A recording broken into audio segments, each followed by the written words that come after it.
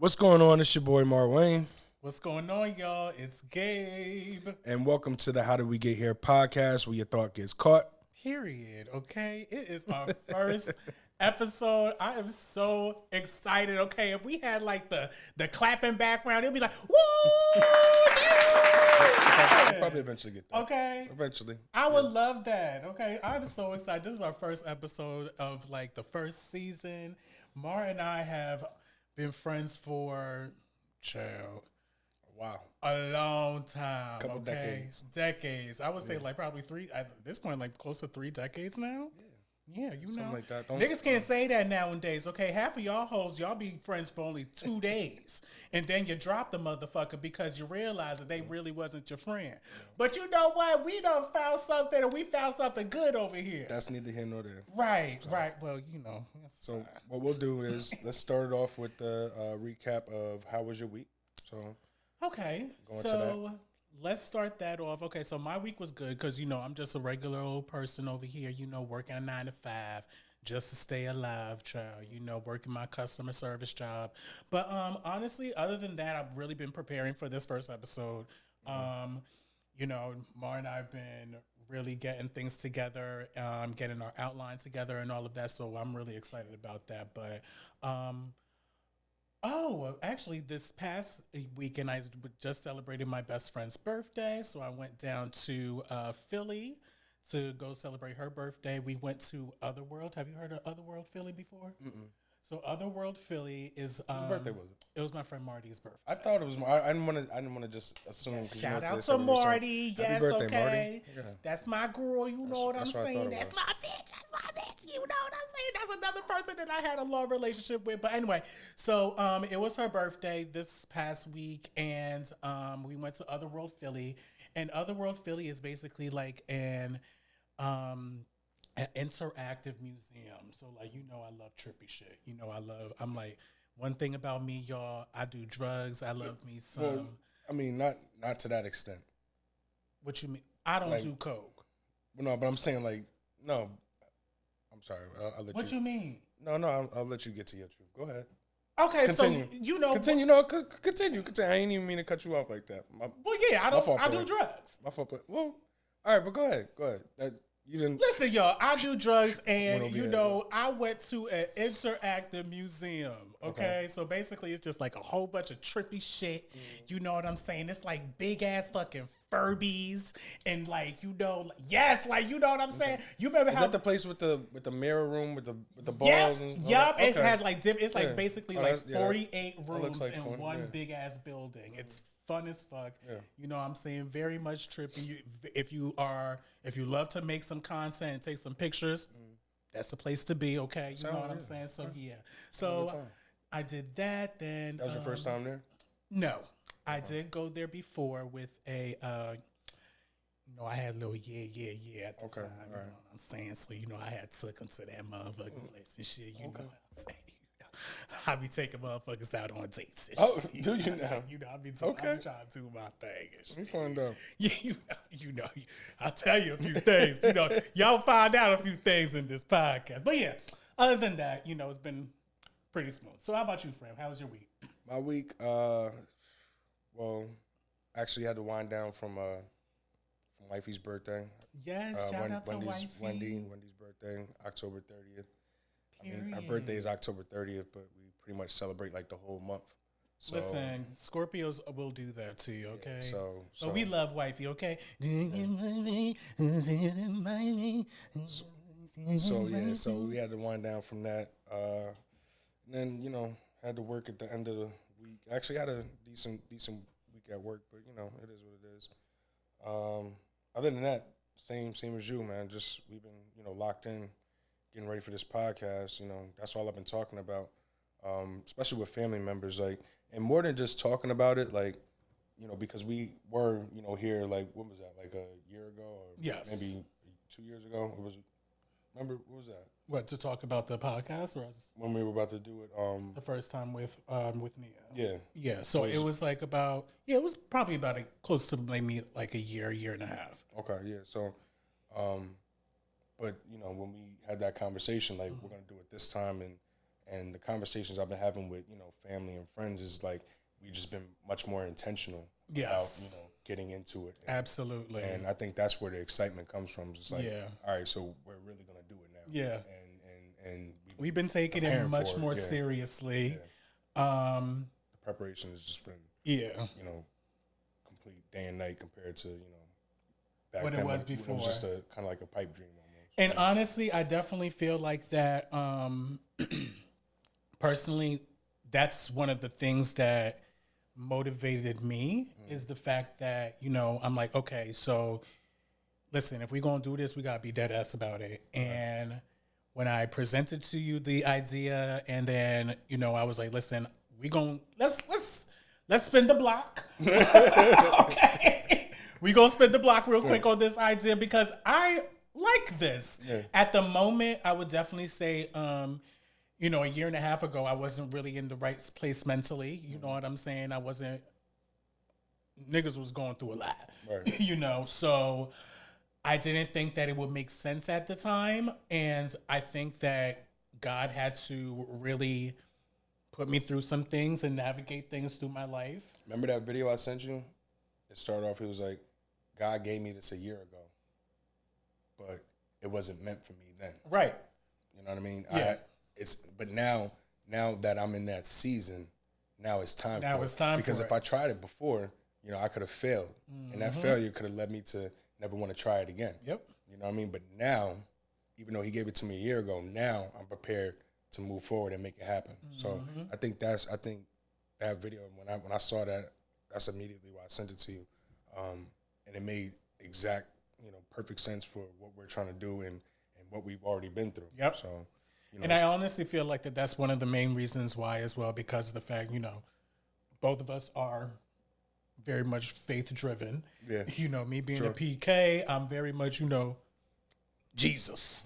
So, PK, pastor's kid, preacher's kid. You know what I'm saying? And then on top of that, I'm Haitian, so you know we got it's a lot. So, one thing about me is that I believe that God does things for a reason, and while I may fuck up and you know go against what he says, and I do my own thing, but at times I tend to like try to reel myself back in and try to just always keep in mind of what the ultimate vision is. And I always knew, even for me from the start, that there's always going to be something that I need to do as far as me being in media and me speaking my story and my voice and letting people know and inspiring.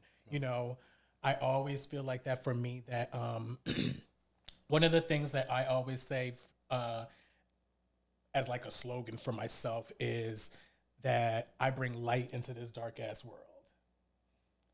Because number one, I'm a Gemini. Okay. Number two, I'm a badass motherfucking bitch. Okay.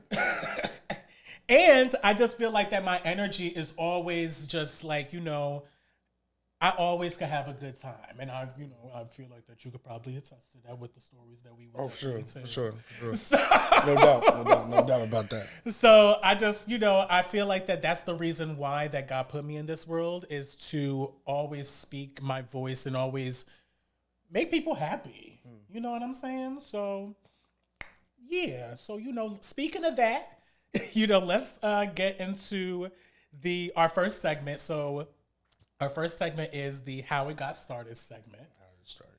So every episode, y'all, we have a segment called How It Started. So we basically do a flashback of, you know, any type of story that's a fun story between Mar and I that was basically since elementary school all the way up till last week, if anything. Okay. So, you know, we'll discuss that, and it'll obviously be some sort of premise of what the whole episode is about. So this first episode is pretty much going to be about how Mar and I met, how we became friends, and the whole transition of us, you know, being cool all the way up till this time of being in our 30s. You know, so let's kick it off. That's a lot to unpack right there. Okay. So how you met me? Let's talk about that. How the fuck you knew who the fuck I was? Well, nigga, I mean, how did you meet me? I mean, because other than what school, you wasn't allowed to leave your balcony. Okay, so We grew up in Twinbrook, Twinbrook apartments in Ocean Township, New Jersey. That's probably like what to describe Ocean Township. So I would say Ocean Township is like Little Italy.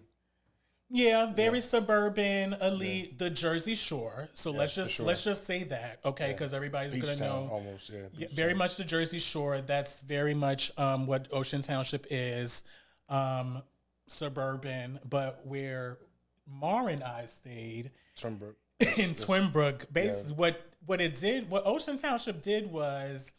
It's like a whole bunch of houses and rich houses, multimillionaires, but I don't know who the owners of these buildings were. I feel like they have various owners, but basically what they did was they pretty much gave like 3 apartment complexes in Ocean Township, and that's the majority of where African Americans stay because Ocean Township was at the time it's a very good school academically. I feel like black people just wanted to go there to. No shade to the other sides, but they didn't necessarily want their kids to be at Asbury Park or Neptune. Yeah. Because my parents graduated from Asbury. Of course, but I just kind of feel like that they, a lot of people that, a lot of black people that were in Ocean, they wanted to just kind of, move up. And then that way of leveling up for me was going to Ocean Township and living in Twinbrook. So, yeah. So... Yeah, I wasn't allowed outside. So then what? We met at school. So we definitely met at school. So I would say, well, you wasn't. So probably kindergarten because you was in Mrs. Marks, and I think I was in Mrs. Baldwin. Yeah, Mrs. Baldwin's class. But I was always funny. I think we were on like the same time though. Yes. So I was gonna say. So it's so funny because I was bad as hell. No shade. I was good, but I was bad. I feel like that the teachers... We were all bad as hell. Yeah, but like I kind of feel like that the teachers tolerated me though. Like they knew, like they was like, this motherfucker, like this chunky, cute little bitch. Because I had like Mrs. Marks as my teacher but Mrs. Marks because I feel like she did at this point. The bitch was at least about 70 years old when she was my kindergarten teacher. She dead at this point. She is dead. She passed away. God rest her soul. She is? She done died. We in our 30s. You think Mrs. Marks is still alive? How do you know? What's her first name? I don't know. But you assuming that lady is dead? She is. She was Fred. I'm pretty sure Mrs. Baldwin is dead because I heard about it. But you didn't hear about Mrs. Marks dying. I did hear Mrs. Marks die. I heard it one time. That's terrible. No, honestly, let's anyway, you know what? We're gonna move past that. And then we was actually then we were actually in Mrs. Buck's class. Yes, but together. In the 3rd grade. But hold on. How old do you think Mrs. Buck is? At this point, she's definitely in her 60s because at that time she'll probably be in her 60s at this point. Yeah. She was in her 30s, like maybe like. She was definitely in her 30s. Shout out Mrs. Buck. I love Mrs. Buck. She could sing, right? Her ass off. Yeah, she could sing. So that's one of the main things that actually with Mrs. Buck and I, we got a little connection with is because, since a young age, I was always a singer. I was always singing in the church. So Mrs. Buck was a singer as well. She was like a professional singer, no shade. Yeah. So, and she was a beautiful, beautiful woman. Mm-hmm. You know what I'm saying? Mm-hmm. But yeah. Shout out Mrs. Buck. Okay, we love Mrs. Buck. But yeah, so that's where we actually like kind of connected because we had I think we all kind of terrorized that Wayside School. I remember, in Mrs. Johnson's class, 1st grade, I was throwing pencils in the ceiling. Yeah, I bugged out. Not bugged out, but like, you were throwing pencils in the ceiling? Yeah, like. Was it stick? Oh, because it was the sharp part. Yeah, like. Was it sticking? Yeah. Good for you. I was a talented 1st grader. Well, we love to see it. Okay, yeah. You gotta, shoot your shot. Well, okay, shot. Shot. Well, listen. Okay, I was doing some bullshit in the 1st grade. Well, what was I doing? Okay, so in the 2nd grade, I don't know if I had Mrs. Gilvari in the 2nd grade. Do you remember Miss Gilvari? Not so much. Okay, well, I had her for the second grade, and I remember that I cut. Shout out to you remember Gina Samples? Yeah. So I actually cut her hair in the second grade. It was so funny. Well, hey, not how dare did shut up. So, I was sitting right behind. So, and the thing is, she wouldn't even have known if it wasn't for this other bitch. And I ain't even gonna shout her name out. But you know who the fuck you is, bitch, okay? Yes, she knows who the fuck she is. Second grade. Yes, she should. So, cause I'm gonna tell you the motherfucking story. So anyway, we was in the motherfucking second grade. We was sitting, she was sitting right in front of me, and I was right behind. And me, I was a little bit mischievous back there. Is that the right mischievous? I guess so. Mischievous. Because you just cut the girl hair for no reason. Friend, that's all I did. She had, and you remember, like Gina had long hair, beautiful red hair. Yeah. So, snip. I was motherfucking Dr. J, bitch. Okay, cut that girl's hair like I was a goddamn cosmetologist. I bet your parents whipped your ass. Cause I got caught cause the little hoe next to me. Still, it don't matter. She done told. But what happened when you went home? So Miss Gilberry ended up writing a note saying what I did, and my dad. Did she put it in your folder or something? Yes, and my dad whooped my ass. I'm sure he did. One of the weapons that because these are weapons. Okay, let's get to this. The things that parents used to hit us with, those are weapons. Okay, they lucky that we ain't motherfucking press charges on their ass, but we love them so much. But my daddy. One of his weapons was definitely the belt. My mother's weapon of choice was a telephone cord, the extension cord. Okay, that was definitely her weapon of choice. The belt was definitely the belt for my dad. I feel like that's very much every man's weapon back in the 90s. It's funny. I used to hide the belts because I would get in trouble, and I knew my parents knew I was in trouble, and they used to take turns, but most of the time, it would just be my dad. So I would get in trouble, and my dad was at work, and I would get home, and I would hide all the belts in the house, not thinking to myself, this nigga wearing a belt right now, getting ready to come home, and he could take that belt off and use that. So I could have literally trashed every single belt, but it didn't matter because this nigga always had a belt around his waist. Always, friend. My dad used to have like a collection of belts, and I actually used to hide them as well. Mm-hmm. But just like you. He always had a belt. So you know what he'd do? He'd bring me into the room and he'd talk to me for like 20 minutes. Yep. Why they always do that? And then I hate a round of bush ass motherfucker. If it was in the bedroom, it'd be underneath a pillow. If it was in the bathroom, it'd be a tall rack of towels. It'd be underneath a miscellaneous towel. He'll just reach and grab the belt from under the towel and in the last 5 minutes. It's a dub. It's a dub. We love them though, but oof, chill. Okay, well, I guess that's how it started. I guess so because it was a lot. So transition to, I guess we were all cool. We were all cool, and I think when we really, really got connected though, because I feel like back in elementary school we knew each other. We weren't necessarily. Like we were close, and I feel like the times that we may have been that we spoke as well may have been like when we were on the bus because like we all know I was in different classes together, right? But in elementary school, intermediate school, yes, and definitely in intermediate school. That's really when we got like tight, and because Miss Johnson, pretty much that entire from like 6th grade to 8th grade, like literally, because we were so involved in like the different plays and musicals and things that she would do, like, we just naturally just clicked. Mm-hmm. And I remember, what was it? Was it a talent show or something like that? Remember we were working on the Donnell Jones song? I think it was a talent. Wait, remember when we was working on the Donnell Jones song? Yeah. Is that when we did that for the talent show? Because we did 2 things in middle school. We did the talent show and then we did the Motown thing. Yeah, the Motown thing I was very Gordy because I really couldn't sing. So. And I was Stevie Wonder. Yeah, my black. We're not even gonna say this because of the fact of how we're not gonna say that. cut that off. Listen, you Stevie Wonder because we can't see you. Now, imagine. Do you think Mrs. Mrs. Johnson shady ass trying to do that shit? Who knows? Shout out Miss Johnson. No. But no, shout out to Mrs. Johnson. You know, her niece is still in the Bad Boys. Yeah, she was just in the recent. Is she going to be in the newest one too? I would presume so. Oh wow, look. She's still okay. So fun fact, because now I feel like that no, I really don't. But honestly, so fun fact, she don't know. She don't even remember. The time that when she came in that classroom, she was like, "Hey y'all," and sat right in the corner. That and just was like when she did that's when she first did Bad Boys. That was before smartphone. So yeah.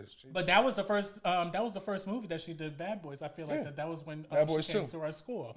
So first of all, shout out to Mrs. Johnson. Mrs. Johnson is she was our music teacher back in middle school.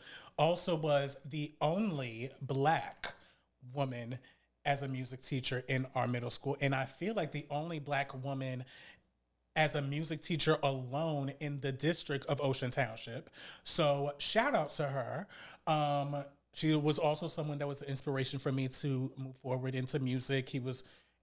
Mar was also very heavy in music. That's the reason why him and I got close.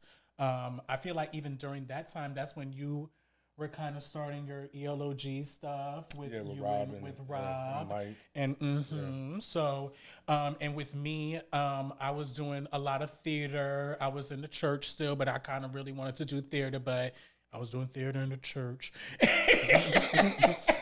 Because my parents literally, y'all, my parents would not let me do nothing. I couldn't go to no school dances. I couldn't go to the eight. You didn't see Gabe in class. You didn't see Gabe. Literally. And that's when for any extracurricular activities. Nothing. It wasn't until high school. Well, but except middle school, like with the, different things that we did, like, the talent show. Right. They did let me, because it has something to do, if it has something to do with music, my parents were definitely going to be supportive with that. I would definitely give that to them. My parents were always going to be supportive about my music. They wanted me to do gospel, but obviously, they were going to be supportive about my music. So I was definitely happy about that. But her name is Bianca Bethune, by the way. Who? Ms. Johnson's niece.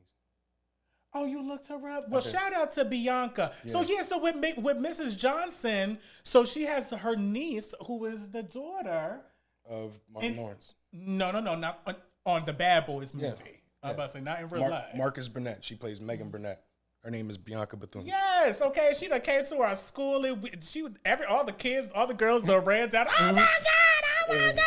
It was real cute and whatever. So, shout out to Mrs. Johnson. Mrs. Johnson honestly paved the way and gave an inspiration to a lot of black people, a lot of people in general in Ocean Township. Well, she gave you that feeling of like, as a kid, like, all right, there's somebody that looks like me. Yeah. In this position. You know what I mean? So you kind of like let your guard down a little bit, more than you would normally. Growing up the way that we did and, a predominantly white school. It is what it is. So, I mean, that's probably why, most of us was involved with music or, did something in that regard, I feel like that was 3 years like that we were our there. Release. That was like the only place that us as black people was able to release ourselves because they didn't have anything else for us in that middle school, to be honest with you. They literally, I feel like that's all they had for us as black people that would be catered to us is chorus. You know what I'm saying? Now, then we get to high school. Right. Then we got to high school, of course, and if you remember, because for me, I wasn't the best scholar. I was always in summer school, So thank God my ass could sing. God gave me the gift of singing, and gab. Okay, I know how to use my mouth, and I know how to use my mouth. Okay. So, Lord, I'm just saying, friend, that's what happens. But anyway, so back in high school, now we're in high school, so the blood. So, you need some of that. But no, in high school, so you remember I actually tried out for football, where I was going freshman year.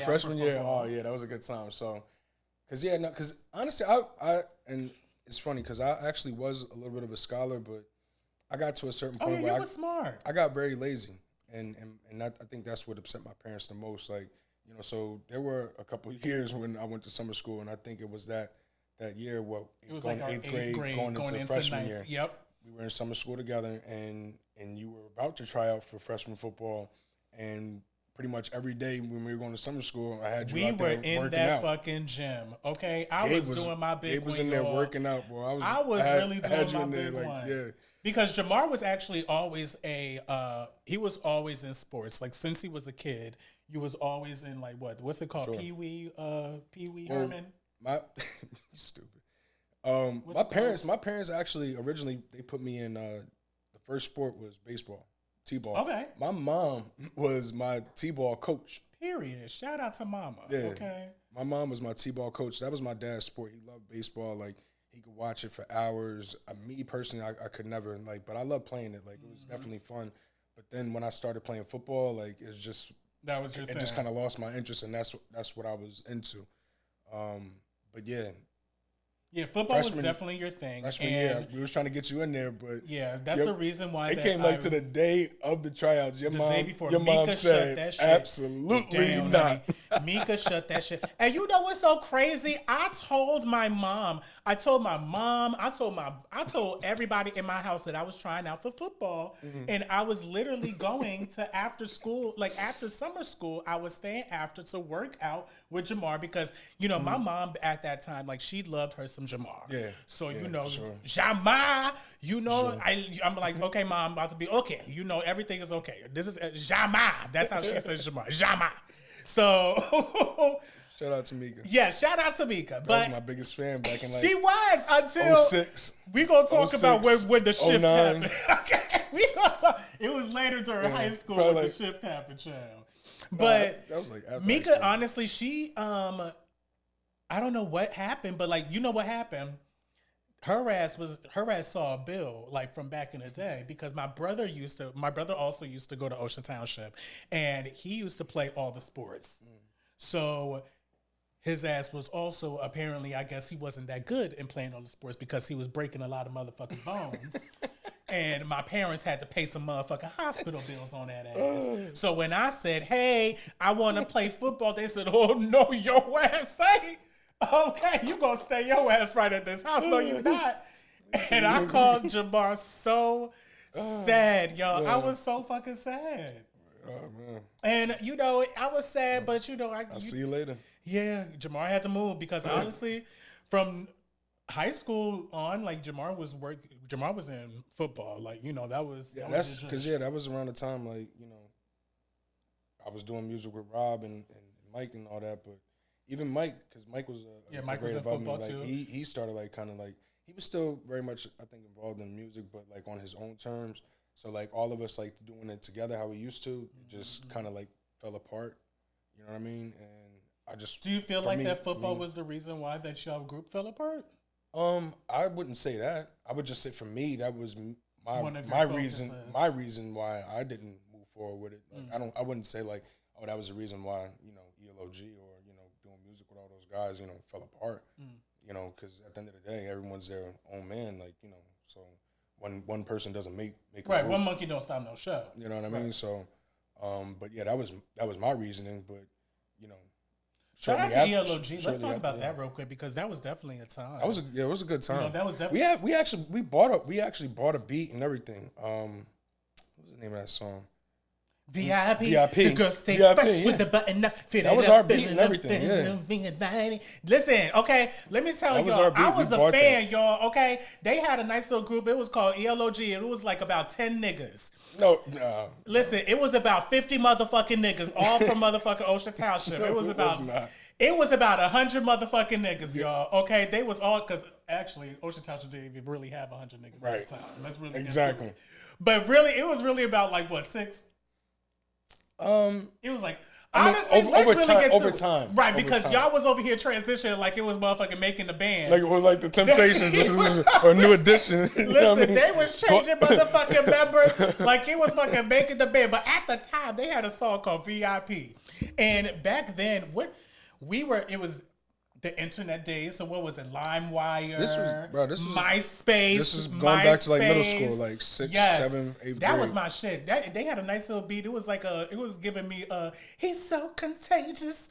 And it was like a nice little Indian beat. And it was like VIP, the boy stay fresh with the button up, fit it up, and love that. Listen, shout out to my friend Rue, okay? My friend Robbie. He was like he's still 12, an artist, Robbie Rockington. Y'all 11, gonna see 12, him very 13, soon. Something like that. Mm-hmm. Yeah, we was super young.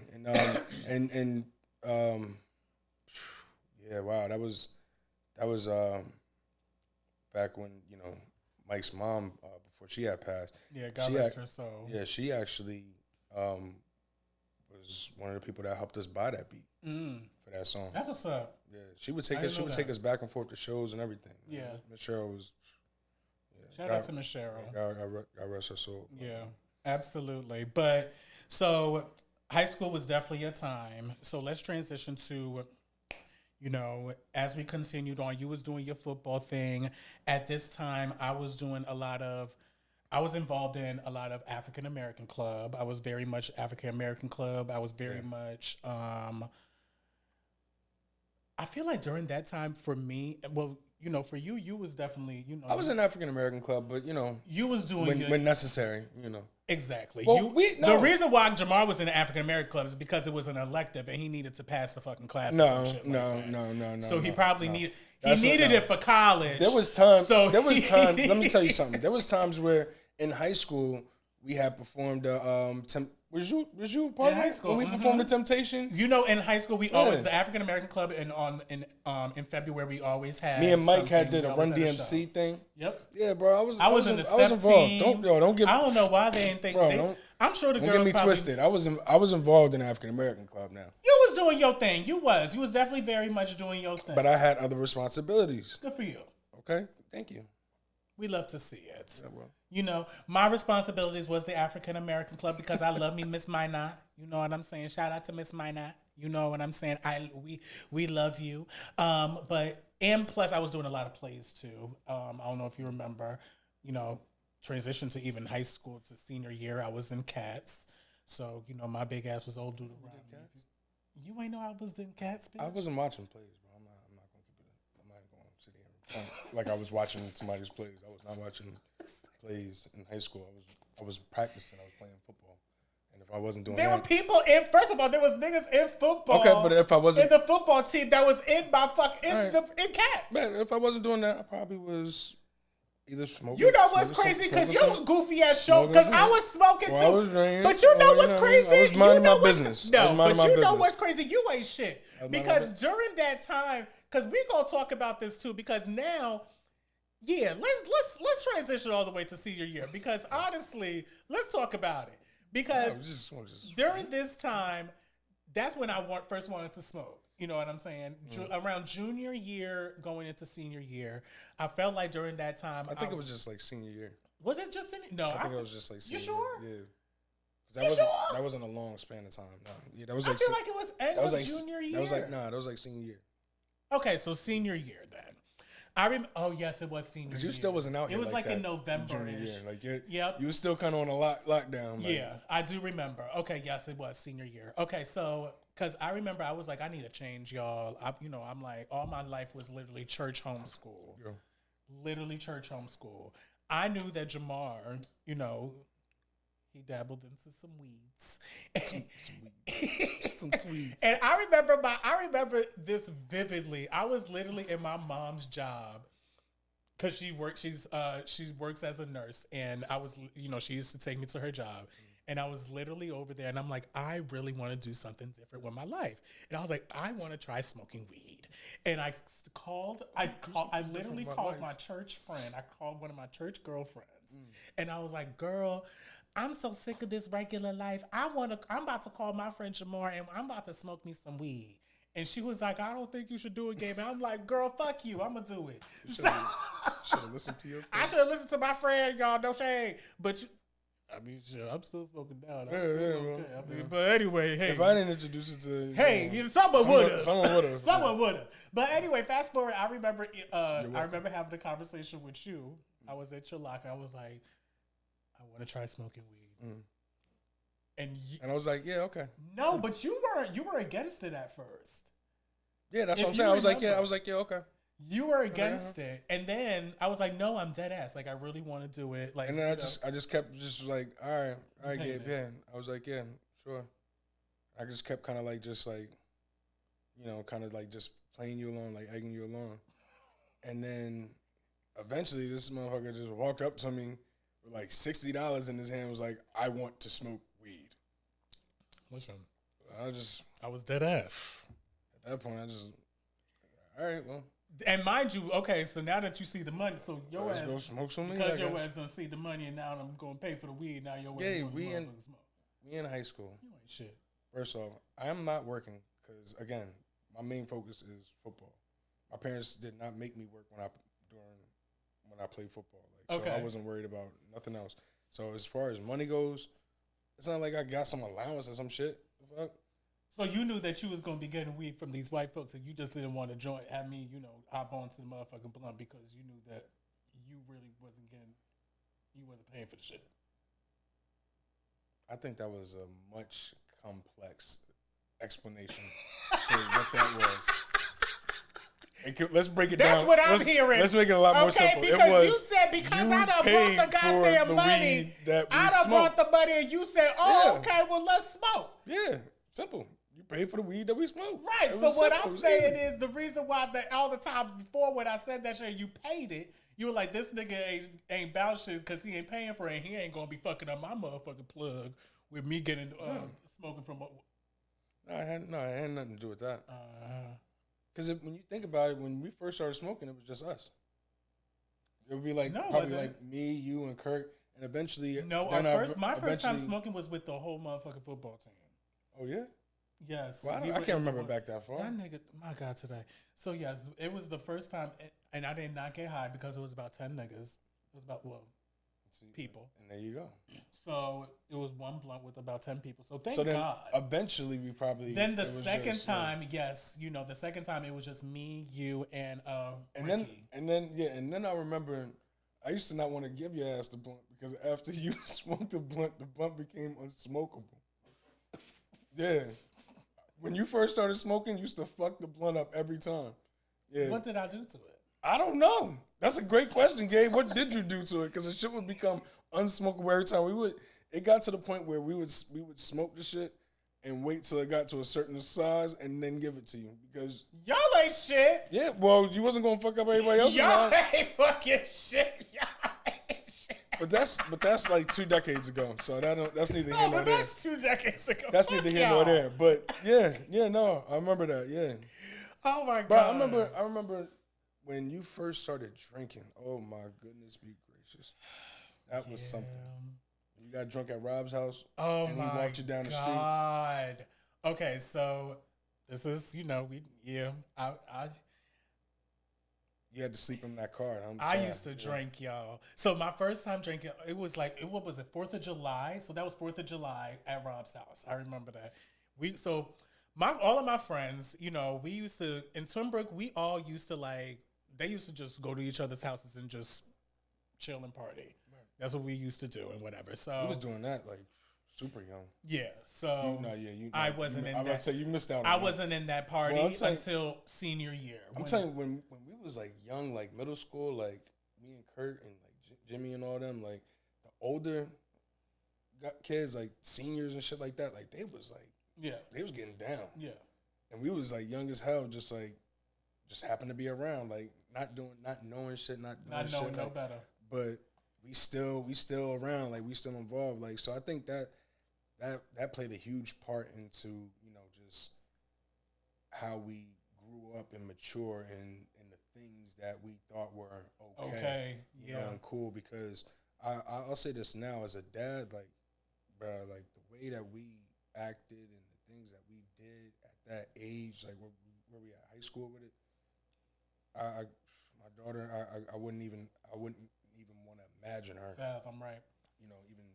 We used to do some wild shit. Even past high school, honestly, my senior year, it was definitely. I feel like my senior year for me, as far as drinking and being, I feel like that was my year of kind of. I guess, forming of who I was going to be in my young adulthood. So a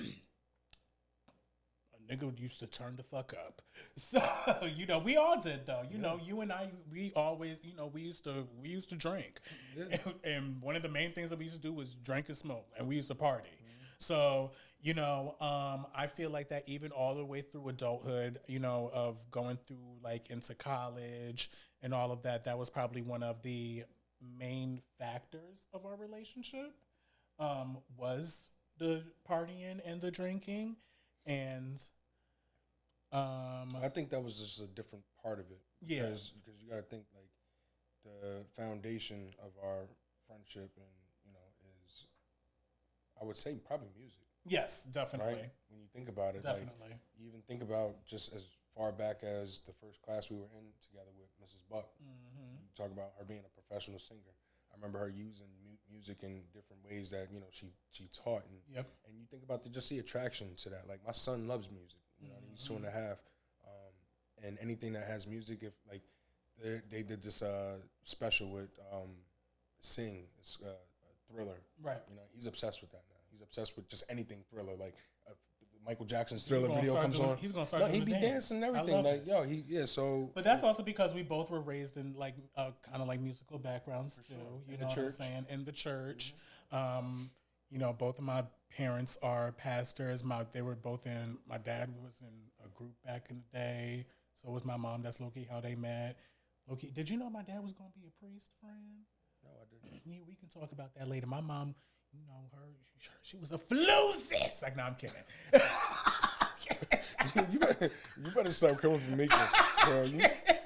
For as long as I've known you've been coming from Macon. That's crazy.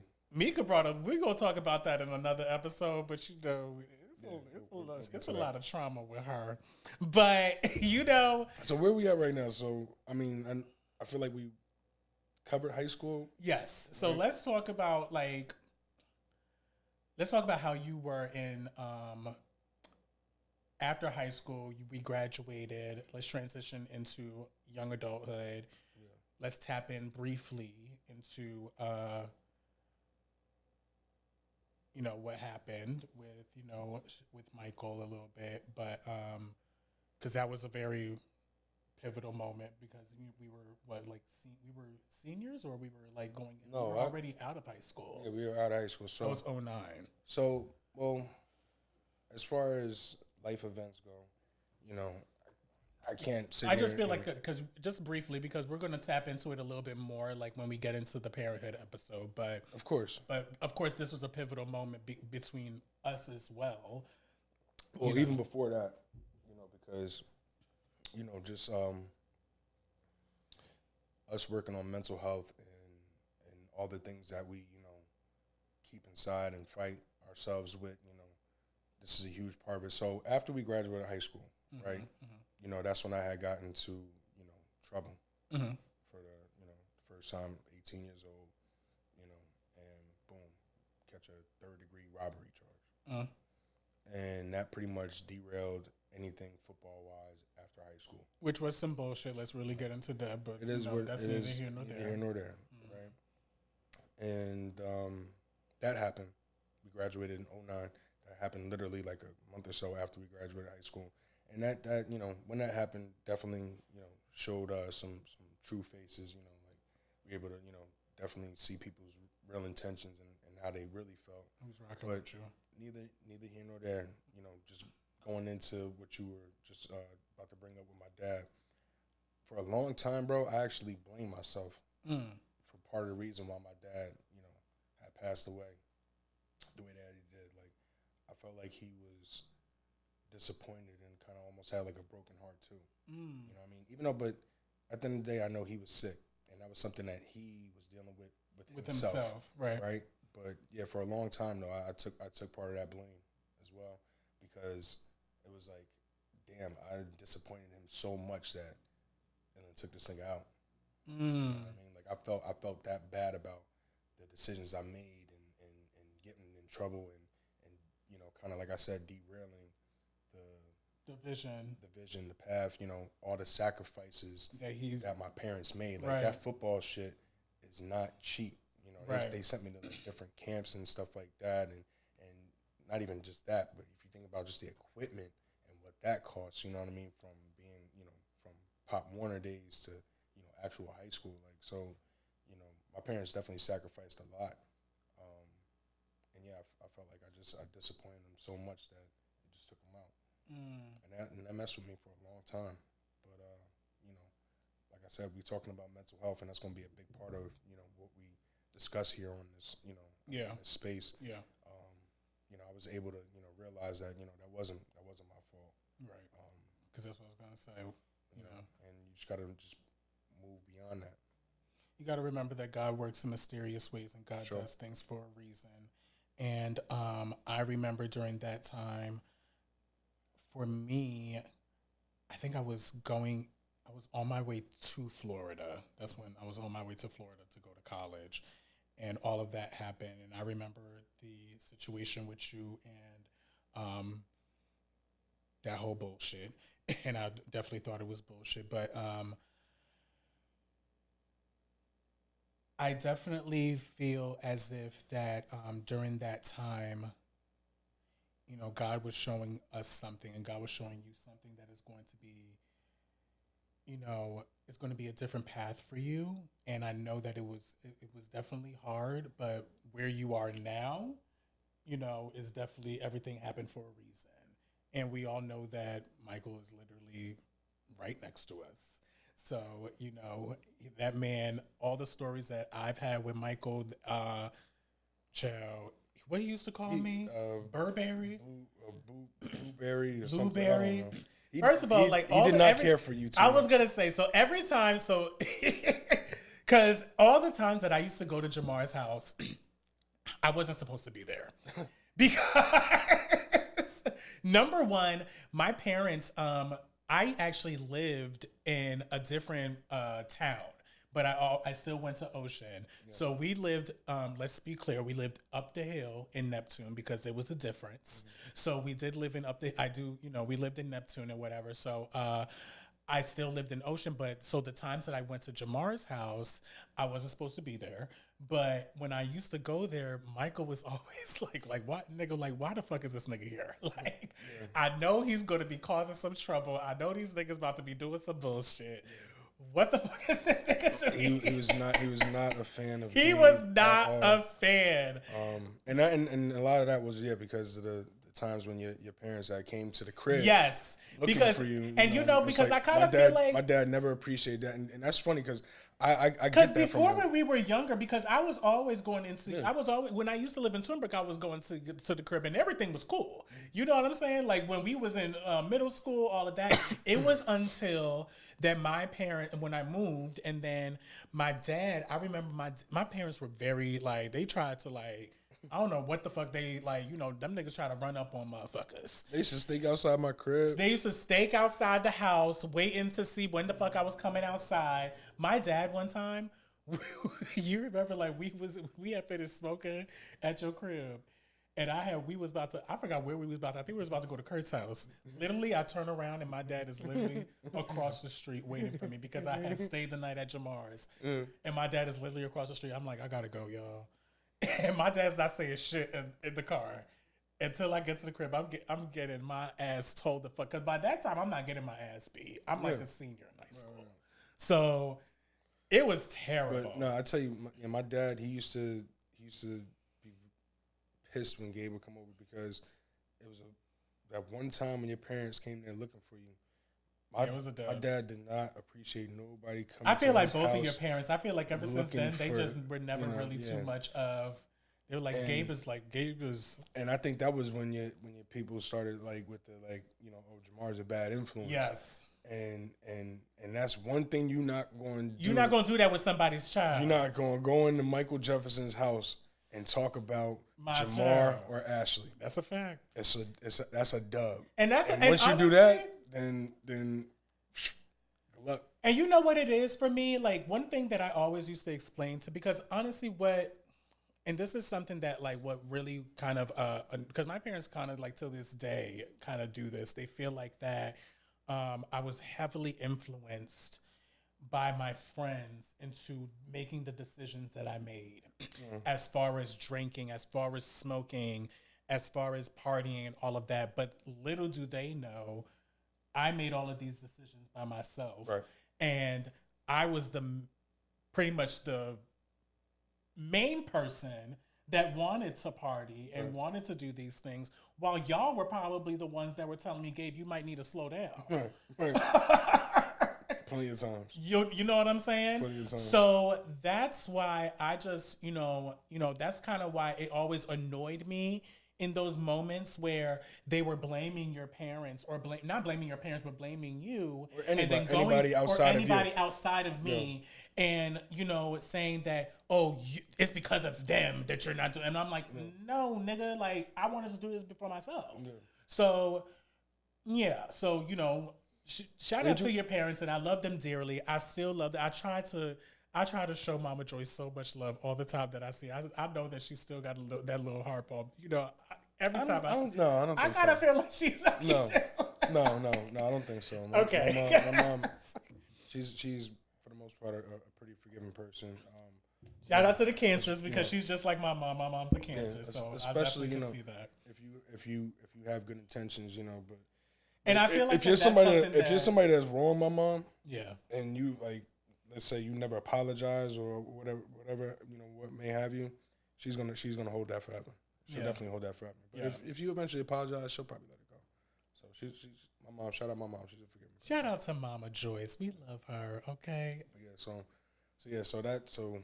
My dad definitely not a fan. So from there, let's say back to to that though, and then moving forward. Were you at that Red Lobster? Yes. My birthday? Mm-hmm. Yeah, I was there. So I was there for that whole moment, and when it happened, I was there that night. I literally drove. I had went back to my crib, and my brother drove me back over to yours. I was about to say you wasn't driving at this point. I didn't know. I didn't know. I remember when you first learned how to drive. I learned how to drive till about I was 21. I know. I went back. I came back from college. I was actually already went to college and everything, and I came back to drive. But that was like a week before. It was like a few weeks prior that I was going to leave for Florida. But yeah, it was just that moment for me. It was like, okay, well, this is a moment where both of us is really going to. I need to be by my friend's side. I need to be present for both of my friends, because not only am I your friend, but Ashley's also one of my best friends as well. So I need to be there for the both of you guys, and I need to make sure that you guys know that someone is present and someone is always going to be here for you. You know what I'm saying? Because like you stated before, that was the moment where you realized that there's people that you thought that you could count on, but you really couldn't. So I feel like that. Yeah, prior to that, So I kind of feel like that from there until even now, I have made that a choice in all of my friendships to try to stay as present as possible in whatever you guys go through. And if you need me, I will always try to be there, because of the fact that that's what I consider y'all as family. You know what I'm saying? And especially because of the fact of how I was raised, and because I was so closeted and sheltered and all of that, I was able to really be myself with y'all. Right. Y'all was really able to see who Gabe really was. My parents don't really. That's why they be so goddamn confused and thinking that it's really my friends. No, bitch. They don't really know you. They don't really know fully. So let's actually even pivot on that. So now that actually goes right into a perfect timeline. So now you go to college and you're in Florida. Yes. This is when we start visiting you. Yes. In Florida, and this is Gabe in full effect, full 120%, party mode. 150%. I am full party, Gabe. I was, those some wild times. Those couple of years that we took that trip to Florida. Was that 2011, 2012? A nigga was outside, okay? Because I was out of state, okay? I told y'all I was fucking sheltered my whole goddamn life. I've literally during my whole life, you were able to experience things as far as, going, being in football, being in relationships, you have been knowing of, what's going on and, being in relationships with women and all that. During that time with me and my whole life, I was literally struggling with my sexuality and struggling with who I am as a person. And and it's funny because we've been friends like our whole lives. So, growing up with dudes or, in Trimber, older dudes and dudes our age, there'd be times when they would say, because everybody knew each other. So they knew you. And besides just being friends with me, they knew you because a lot of them were Haitian, right? So they knew you through like their parents and their people or whatever. And there would be times where I would hear like dudes or even dudes close to us be like, yo, Gabe's gang. Yeah. And they always everybody always had that, because I was always myself. Right. That's one thing. Like I was always myself. But at that time, myself. I would always defend you. Of course. Believe it or not. I don't know. Thank you, friend. But it was only because you're my friend and you never expressed to me or I've ever seen you express to anyone else that was, what was going on with me. And it wasn't, and honestly, and we will actually transition to that a little bit, because it wasn't really until when I moved to Florida that I made that decision. Like prior to, I remember I was being in my parents' house and I'm like, okay, well, I'm about to move. I'm about to be out here. I want to really explore and really just understand like who I am. And it wasn't until in Florida that's when I explored. Well, let me tell you, it's funny. We had, because remember we used to use your laptop when you was in Florida. Okay. We had found. Yeah, I heard about that. Using your search history. So that was the confirmation. That was the confirmation. Florida was definitely the confirmation. We was like, okay, yeah, so he'll come out soon enough. Actually, no shade. But it was actually not only you, but I've actually heard my roommates. My roommates actually did the same thing, and they've like looked at my search history because I used to be drunk as fuck, y'all. I used to get fucked up. So like, throughout, and then shout out to my school because they used to give us checks. So y'all remember, financial aid checks was one thing, but with us, because I went to a school where, we used to get living expenses because we didn't have dorms and none of that. So you remember, I had my own apartment. Yeah. So they used to give us like. So was you not supposed to have those roommates in there? Yes, we all were in Full Sail, and they all had checks, their own checks, living or their parents. So the checks were what supposed? They were like probably like a good like. So basically, we used to get at least every 3 to 6 months. We used to get at least like $10,000 to $15,000. Okay. Every 3 to 6, and to a 19-year-old. Yeah. You don't got to tell me because I already know how you was doing it. Nigga, outside. I used to buy y'all flights. That's how these niggas used to come to Florida. I bought this nigga's flight. I bought his flight. I was like, nigga, you got to come down here, okay? It's fucking lit down here, nigga. We having a good time. I bought his flight. I get flued out. I was flying my niggas out before getting flying my niggas out. Okay, all my friend Kendra, like all of them, like I was flying all of my friends out. It was always like a good 5 of us. So me, Rich, Kendra, Cindy, Nia. Oh my God, it was such a good time. So shout out the 2011, 2013 squad. That was a time that I was really like, I was reckless. And although it was like probably from 2009, honestly, I was thinking until like probably 2 years ago, no shade. But on and off, you know what I'm saying? As far as being reckless and being heavy on drinking, I used to drink so bad that like I used to black out. I broke like so after college, I moved back to Jersey. I remember this is when you and wifey were in Eatontown. I think this is this is when she was pregnant. Boy.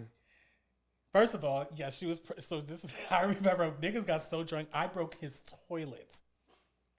Literally, y'all, like when I say broke the toilet, I mean the toilet is literally off the bottom of you broke the back of the toilet in half. In half. As if like the Incredible Hulk fucking karate chopped the goddamn back of the toilet. I don't even know what the fuck I did. How? Because I wake up to water just flooding the house. I didn't hear you break it. I just wake up to water flooding the house. This was not in Eatontown. This was in Eatontown. So then it happened twice then, friend. Because what happened in Tom's River? Didn't I break something in Tom's River? No, I don't think so. No. Okay. No, I don't think so. That was a whole nother story. Yeah, that was a different situation. That was when that was with you. Yeah, that was your goofy ass. Yeah. Anyway, never mind. But anyway, no. Eatontown, you fucking... the only way I would imagine it is you were probably trying to use the bathroom and then you eventually just fell into the back of the toilet. And the back of the toilet literally was broken in half. Like a smooth break in half. And water, and that's how I woke. I didn't wake up from you breaking it because you broke it. And then you went left. Back to the and then couch. Went to the couch and laid down like everything was okay. And I woke up to water. Me and Wendy woke up to water flooding the goddamn house. And shout out to the maintenance man at the time because his last name, I forget, I think what was his first name? I think his first name was, I can't remember his first name. I don't want to say Kurt or something, but his last name was Scott. And when I met him, it was a brother. When I met him, I was like, I wonder if you're related to my family down south. Their last name is Scott. And he was like, oh, well, I'm from South Carolina. I'm like, oh, really? So we always kind of like made a joke about it. But he was mad cool. And when it happened, that was the first person I called.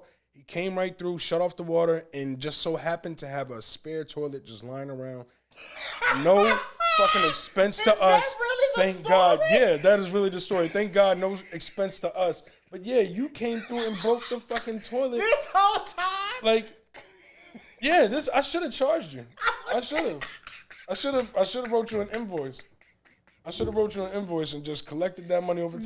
No, seriously, y'all, I was reckless. I was breaking fucking toilets. I broke so much shit and people. I broke my mama's sliding door. I remember one time my friends brought me home. I was so fucking drunk. I remember I was drunk. My Rob and my other friend. You remember Lauren? Mm-hmm. You remember the times, all the reckless shit that we did with this nigga used to take people's. He was very good at taking people's cars. This nigga used to just take people's cars when we would be out in the club or out in party. That was only a couple times to save Javon's life. Child, bye. There was nothing wrong with that man. He was drunk. He needed something to eat. Girl, boy, shut up. There was nothing wrong with that man. I took him to the Burger King. And you didn't have to take him to no goddamn Burger King. And we went right back. Shack right around the corner. No, you did. 10 hours later. And then let's talk about Florida. Your ass took the goddamn car in fucking Florida. The fucking van and drove. Oh my gosh, y'all. This man. We were about to go to Daytona. That wasn't just me. That was Javon too. Shut your ass up. That was Javon too. You can't just blame me. I was so fucking pissed, y'all. This nigga took the goddamn fucking car. But we had a time that we were going to be leaving to go to the beach. We already had a time that we were going to be going to the beach. It was like 10 a.m. These motherfucking drunk niggas want to decide to go ahead and say, hey, let's take the keys to the van and let's drive from Orlando all the way to Daytona Beach. We didn't go to Daytona. But where'd y'all end up? Y'all end up almost Cocoa. in fucking. Y'all ended up Beach. in which is an hour and a half away from Orlando. So didn't know where the hell they was going. They was just driving. That was a good ride. Shut up! I hate you. Literally, I was so fucking pissed. I was so pissed. This was the shit that Jamar used to do. He used to do some bullshit, y'all, that really used to piss me off. But you know what? That's maturing, right? Because growing up, you make mistakes and you don't realize the mistake that you made until some time later. But when you grow up, it's not to stop you from making mistakes, but you realize it was a mistake much sooner. It was a mistake. Yeah, it was a mistake. Mm-hmm. I didn't realize that until later on. When you grew up. Exactly. See what growing up does for you, friend? You ain't shit. Anyway, so that's one of the definitely, and honestly, I feel like that this is probably going to be a transition into one of our, the main segment, which is, we have how it started and then how did we get here is, the transition of the, me drinking and all of that, because that was something that was major that we did between you and I. Even throughout in college, we were doing that as well. And even after college. But I think even during that time, our connection was still strong. I think even still because of music. During that time, Rue was doing stuff with his music. I think you were going back to doing stuff with your music. Well, remember when the couple times when we went to see you in Florida? Your roommate, Michael, he was the engineer. Yep, we made a shout couple. out We to made my, a couple my songs. roommate Michael. So during that music time, just always happened it was to just always be something there. that was always going to be there, and it always like brought us together. And I feel like that for me, and one of the reasons why that I chose to, go ahead and move forward with this with you is because of the fact that I know that both of us that we have this vision of knowing what we want as far as in media and as far as in music, and we can converse really well. Right. And, we kind of, throughout time and throughout, even though that things may have, because throughout time, your ass became a whole ass father. We shout out to the babies. And, so shout out to the babies. And me, myself, I kind of feel like that during, after college, I was really in a space where I was like, okay, I partied a lot because I told y'all I used to party. And I was partying a lot. I used to do a lot of drugs. Listen, shout out to the Molly. Molly. See, that's what I'm saying. I wasn't going. Shout out to the Molly. Remember back in the beginning when you was talking about the Trippy Museum? Yes. I wasn't going. You could have said it. I wasn't mad at it. I was just saying I was going to put your stuff out there. I was doing Molly. I was doing ecstasy. I was doing drugs. The only thing that I haven't tried is cocaine. And I would say heroin, but Molly is technically, if you really want to talk about it, there's a little bit of heroin in that shit. But no, that's Molly ecstasy. was definitely that's my. Ecstasy. Oh no, that's the ecstasy. I tried ecstasy. that too. I was on that That's bitch too. ecstasy. So I've done it all. And let's just say I went to an art school. So, I feel like us going to art schools, we just try a whole bunch of different shit. You know what I'm saying? But I partied a lot, and I feel like that during the time of after college, I continued to party and continued to do the most. However, I still in the back of my mind was like, okay, you kind of have to get your life because you didn't graduate because of the fact that your ass was partying so fucking much. I was literally 6 months from I had 6 months away of graduating. Yeah. And because of some bullshit that I did in Full Sail or, in my school, you remember when I threatened my school, on Twitter? Did you hear about that? Not the details. We'll talk about that a little bit later because I don't know, if I could really say anything. So we won't bring that up then. But let's just say I did some bullshit. I did some bullshit, and it just it just was a rolling of a ball from there.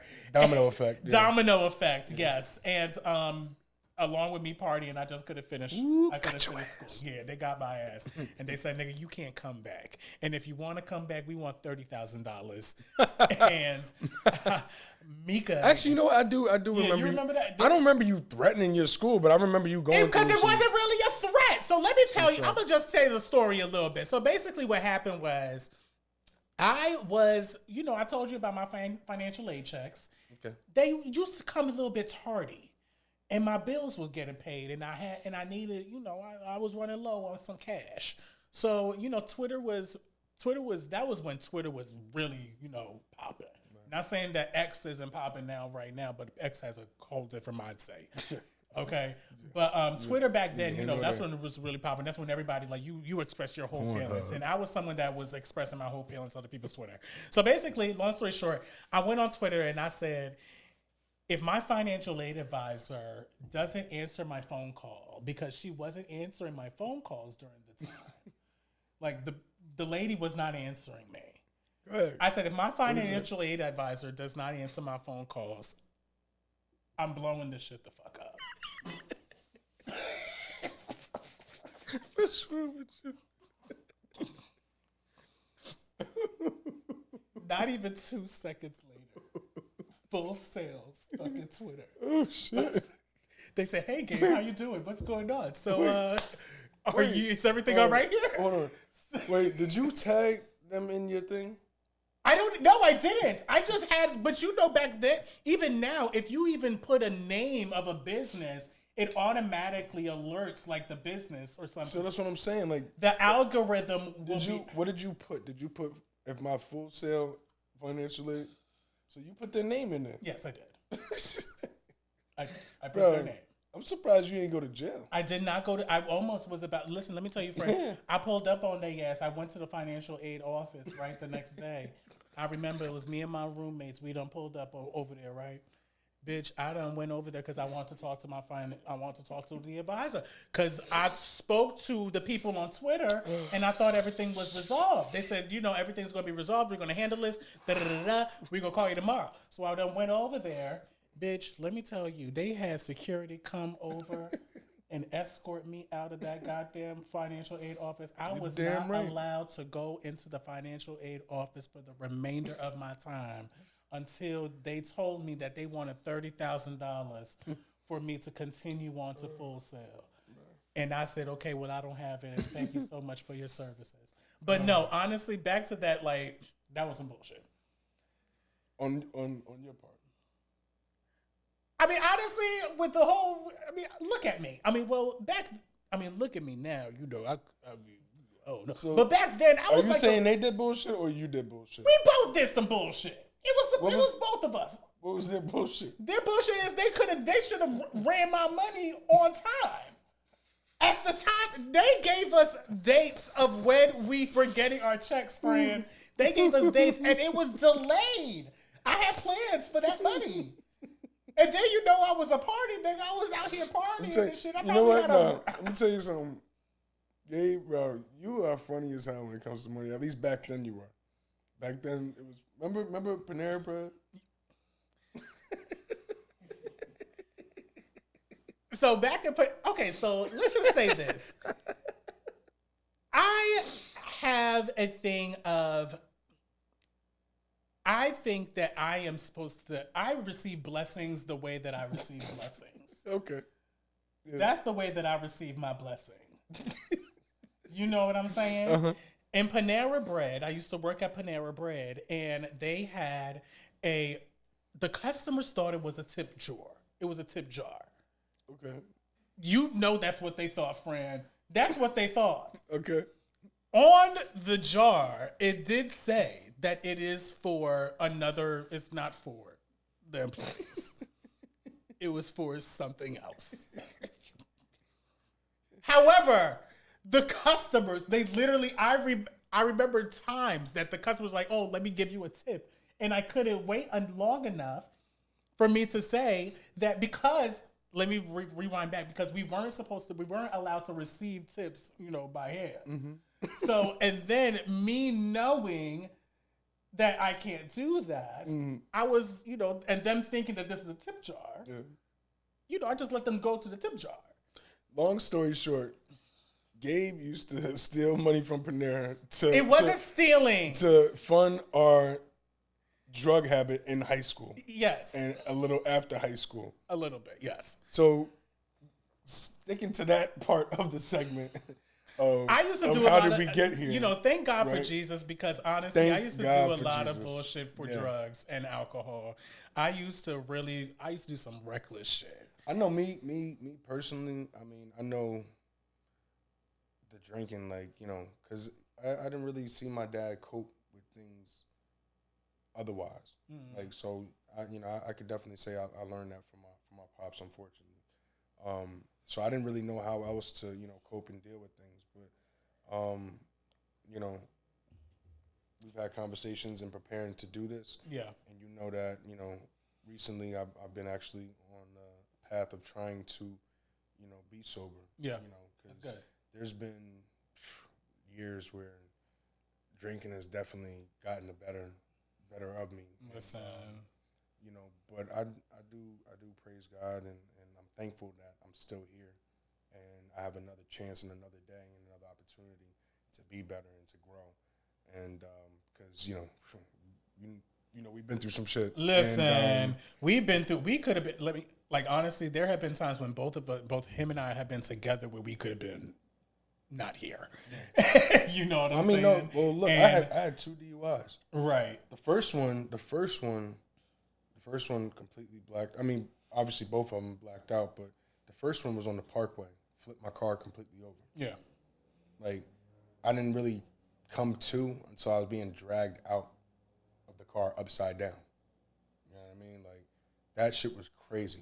And speaking of car, like, for me, the reason why that I actually stopped drinking 2 years ago is because of, thank God, but, you know, the way that God worked, he worked in mysterious ways because he always, like, gave me moments of saying, nigga, you gotta stop. Yeah. And I feel like that, even with you too, like, I feel like that we never really listened. And there were always moments in my life that it was a lot of, like, you know, when I had a drug charge, you know, the situation with me and with having my drug charge in the car because of us being drinking and on drugs and all of that. And then I got into car accidents and, you know, it was sporadic moments when I was like, okay, I'm going to stop. But then I just went back again. Right. And I remember 2 years ago, I was drinking, but I was actually, if you remember, like during that time, I was kind of up and down. Mm-hmm.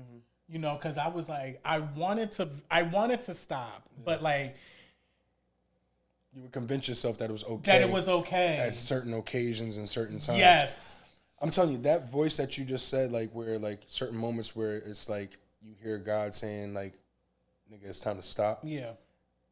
What I mentioned before about how maturing, how like when you make a mistake, like you see much sooner.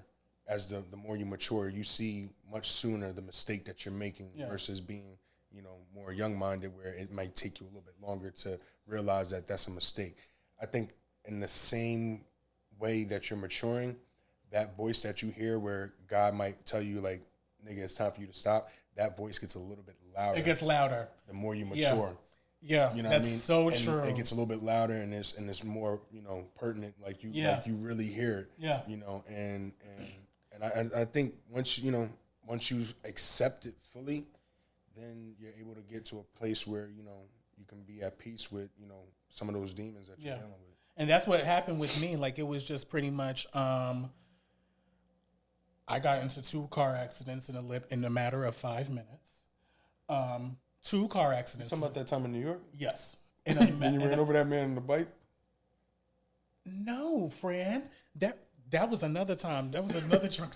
That was crazy. Jesus I remember Christ. that time. Yeah, I did. Yeah, you ran over a man on a bike. Oh my God. Okay, so that was another time that God was telling me, "Nigga, stop too," but I didn't stop. Okay, I kept on drinking after that. But you know, where were we? You weren't there, but it was actually. I was there. You weren't in the car though. It was Ashley and Javon. Maybe, I don't know, but I remember. So it was my 2 friends, but anyway, so yeah, that it wasn't that, but because I kept on drinking, that was when I was living in Lakewood. Yeah. So this 2 years ago was when I moved to Jersey City, and what's crazy is God does, again, when I say God does stuff in mysterious ways. Before I moved to Jersey City, I stopped drinking. It was around the time of COVID. I just moved back to my parents' house, and I stopped drinking. I just moved back to my parents' house, and then I was like on and off with the drinking. If you remember, I was like, I'm only drinking champagne, and you know, I was during that moment. I was thinking that champagne. Ain't funny how the devil was like, oh yeah. Okay. I was thinking that champagne wasn't going to get me drunk, but that shit got me fucked up. So sure. I was fucked up, but you know. So that was that time. And then, you know, at one moment I just stopped drinking. That's when I was really big on my fitness. That's when I started getting heavy on my fitness. And I was heavy on losing weight. So once I stopped drinking, I lost weight immediately. Like I shedded. That kind of was a pivotal moment. And I was like, okay, cool. So during that time, I started doing, I was actually starting my YouTube channel. If you remember that, I started my own YouTube channel. I was doing a lot of Keeping It G stuff. And people were hearing me out in like entertainment. And I was able to get my internship out in Brooklyn. And I got my internship. And during that time, during celebratory moments, because I wasn't drinking during that time. Because God blessed me. God, honestly, because I was manifesting something to change in my life. I was like, God, I want something to change. I'm going to stop drinking. I'm going to do the work. Right. Nothing's going to change if you keep doing the same thing. Exactly. Because the definition of insanity is doing the same thing, expecting something to be different. Let's talk about it. So I changed my ways, and I was focused on my media stuff. Yeah. And I was drilled in onto it. And I, went on and I got into my internship. But then I remembered it was one celebratory moment, and I was like, I'm about to drink some champagne. And then from there on, I started drinking again. That's where your thought got caught? That's when my thought got caught. Okay? So... Because that's what people don't realize too. Like, and I've been there. Mm-hmm. I've been there where, because I've been drinking. I used to steal my dad's bottles of vodka, in high school. Yeah. Like, so I remember. So I started off raw. You know what I mean? And growing up in Ocean Township, they was drinking Laird's vodka. Yeah. So yuck. Bro, if I even smelt that. Oh my God, rubbing alcohol is disgusting. But anyway, what even mix that what people don't realize is because a lot of people are like, all right, well, I won't drink heavy. I'll just drink beer, right? Or something like that, or I just drink champagne. That if you have a problem with drinking, that opens up the door. Another door. Yeah. You know what I mean? Just and it lowers those inhibitions, and now it's much easier for you to take a shot of some Hennessy or some Patron. You know what I mean? Like that. A lot of people don't realize that. That was what happened with me, and I was literally. I felt like I was okay. You know what I'm saying? I was still drinking, but I was still doing my thing in media. So it wasn't until God. I feel like that God, he was blessing me and he was doing what he was doing. And I felt like that. I felt for me at that moment, because that's when I turned 30 too. So I felt like that this was my moment of like, okay, you are here, you're in this moment and you are good now. So you can be able to dabble and you may have control. You can control it. You can control it. False. Right. So from there, I, just continued to drink, do my own thing and all of that. And I remember I can say that it was I think I stopped drinking December 20th. So December 18th, if you really want to know, I was leaving a sex party. When did I say I wanted to know? Well, if you really want to know, what you ask me if I really if the listeners want to motherfucking know, the listeners may want to fucking know. Okay, I guess they want to know. The people may want to know where the hell I Gabe was at. Gabe was leaving a sex party. I was at a sex party, okay? Where was the sex party at, Gabe? It was in Brooklyn. In Brooklyn, okay. Out in Brooklyn, yes. And, I've gone to this party. I've been to this place multiple times. Were you using protection, Gabe? That's none of nobody's business. All right. But, I say protect yourself. Whether you are on PrEP, Doxy, use condoms. Yes, condoms. Right. Okay? Anyway, go on. Yes, condoms. So that's when you stopped drinking? Shut up. I was leaving the sex party. It took the sex party for you to realize that, you know what, maybe listen, it may take some dick for you to realize, and then the dick in 2 fucking car accidents after you get in the dick. You know what I'm saying? So I done left the sex party. It was about something. I don't need no dick to Well, sometimes some pussy made for you. Some pussy. No, that's gonna. No. Anyway, I was leaving the sex party. It was about 5 or 6 a.m. in the morning. It was 5 o'clock or 6 o'clock in the morning. I was drunk as fuck. Leaving the sex party, going back home. I hit a car. Boom. Oh, wow. Literally, not even hit a car. Shorty was out. Shorty came out the car. Black woman. I was like, "Girl, are you okay?" She said, "Yeah, I'm okay." I'm like, "Are you okay?" I'm like, "Are you okay?" Everything's fine. Car was fine. My car was fine. Skirt. Hit the streets. Y'all, I'm on the phone. Literally, I was actually on the phone with Ashley. My sister. I was on the phone with Ashley. Great person to be on the phone with. And I was telling her I was like, "Girl, tell me why I'm just leaving this fucking sex party. And I done hit a motherfucking car, bitch." And I'm like, "Yeah, girl, I'm over here." Boom! I'm like, "Oh my God." Ashley's like, "Gabe, what happened?" I'm like, "I gotta call you back." Literally hit another car, and this time it was worse. So I hit that car. What happened with the first one? The first car, nothing happened. Like, it was just like a little tap. It was like a little tap. It wasn't okay, so y'all went on your... Okay. This time around, I was speeding. I remember I was like speeding down. I was on, I don't know where, but I was like, I was in New York, and you know, traffic and all that shit. Yeah. I was, you know what I'm saying? And it became a red light, and I didn't brake hard enough. And I hit the back of this motherfucking car so hard. But on top of that, I hit that fucking car, and I said, skirt! Hit and run? Deuces, baby. Did you get away? Yes, I did. They never found you? Never found me. Wow. That was God. Yeah, look at him. That's the Lord. You might not get another one of those. Let me tell you something now. That's why you stop. That's why. Because I'm going to tell you, you only get a few of those. Let me tell you something. You only get a few of those. Let me tell you something, motherfucker. Did you? Okay, because I went back home, and I said, oh, my God. And I literally, first of all, I boohoo cried because I said, what the fuck? I'm sure. I literally just car was fucked up. I literally just got, you remember, I just got that car. That's the one you got now? Yes. The car that I have now, I just got that. It still looks... Of course not, friend. I got that thing you got it fixed? Okay. It took a year, but I got her fixed though. But you know, it took a little while, but we got it done. But I wonder if they'll use this as evidence? A way to catch you. You think so? Cut this shit off. Cut it all off. It's not real. All of this is not real. None of this is real. This is all fiction. It is all a fiction show. But no, honestly, I just want to say, like, I feel like that was, during that moment, that was when I was like, okay, nigga, you really got to stop. And this is, God was telling me, like, it's a dub. Yeah. Like, if you don't stop, you're going to die. Yeah. And that was the moment when I was like, I'm not drinking anymore. I'm done with it. I can't do it. And I feel like that was also the moment with me that I kind of had to learn that I may have to maybe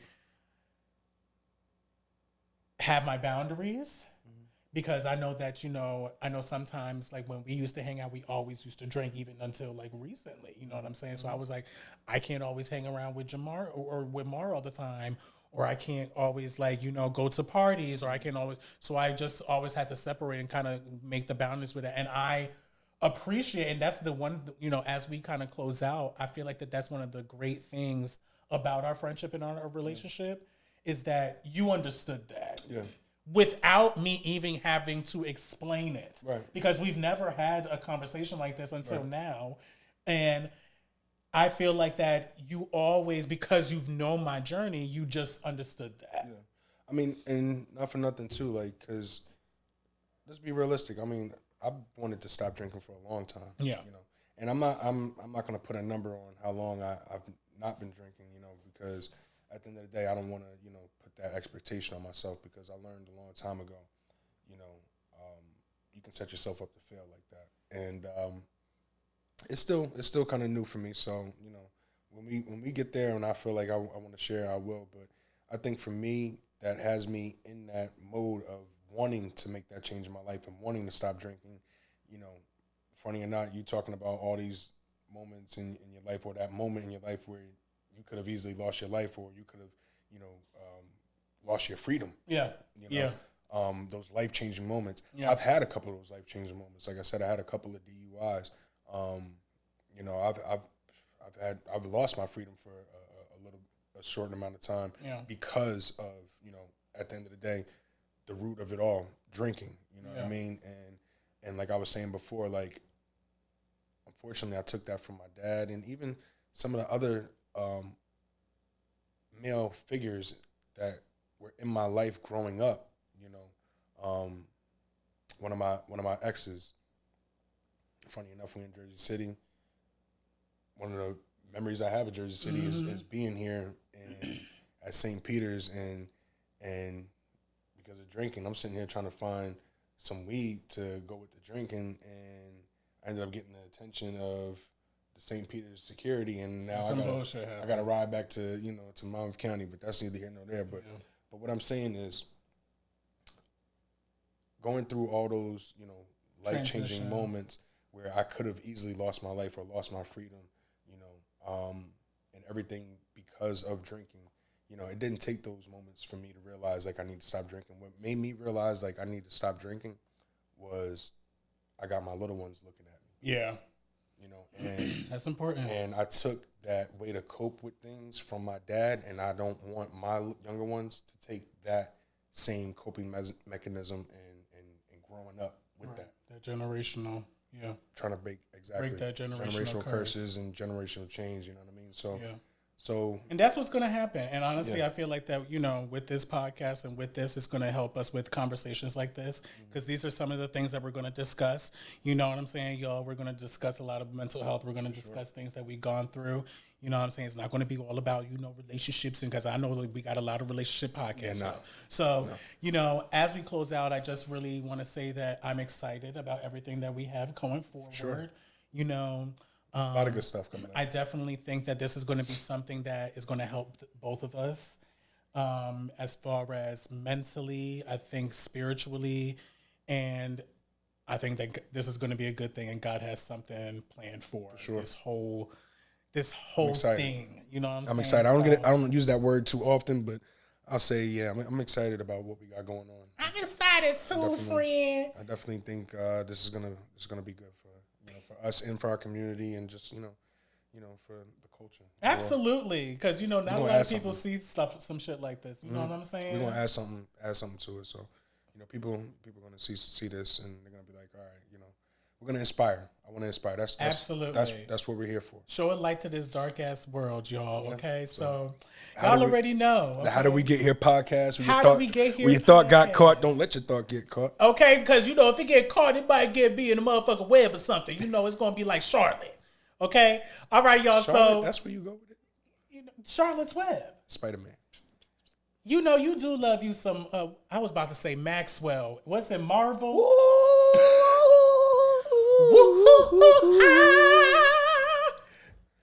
All right.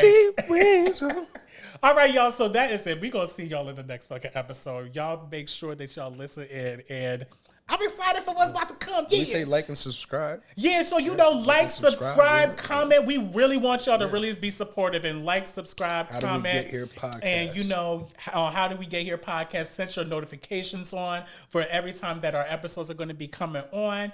And yeah, just always support us, you know, and as you love us, we will love you. And you know, all them haters, fuck y'all. Because y'all niggas ain't shit. Not necessary. You have to do all that. Yeah, I said it. Ain't nothing but love for everybody. Fuck that. All right, we love you guys. Thank y'all.